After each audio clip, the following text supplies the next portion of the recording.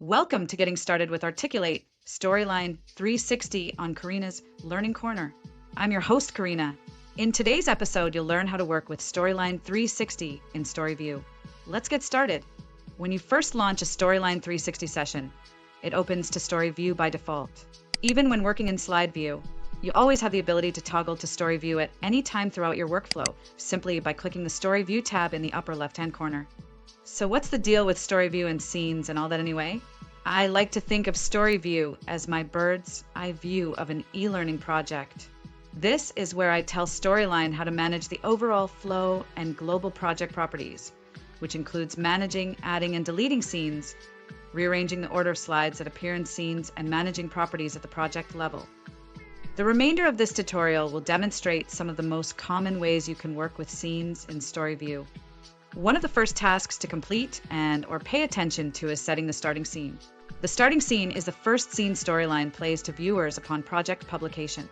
Storyline automatically assumes your first existing scene is the starting scene. However, you might decide to change the starting scene later on as you develop your content.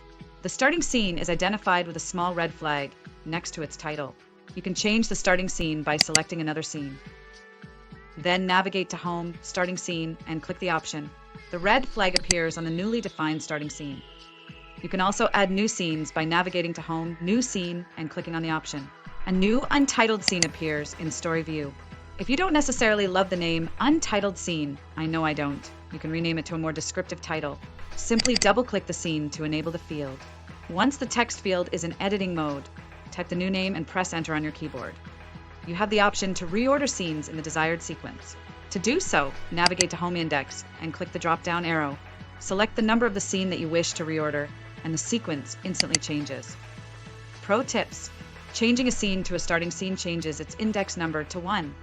Also, changing the index number of a scene in StoryView updates the order in the player menu. But updating the order in the player menu does not change the order in StoryView.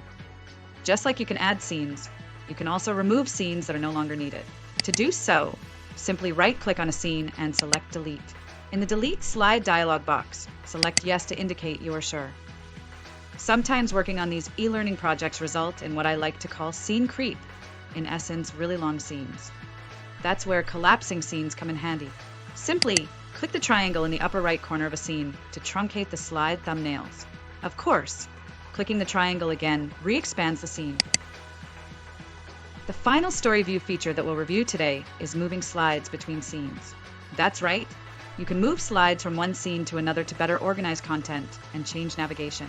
To rearrange specific slides, select one or more slides in a scene. Then, drag and drop them into another scene. And there you have it! Well, that's all for today. Thanks for watching. Don't forget to like and subscribe to be informed of the most up-to-date content. See you in the next video.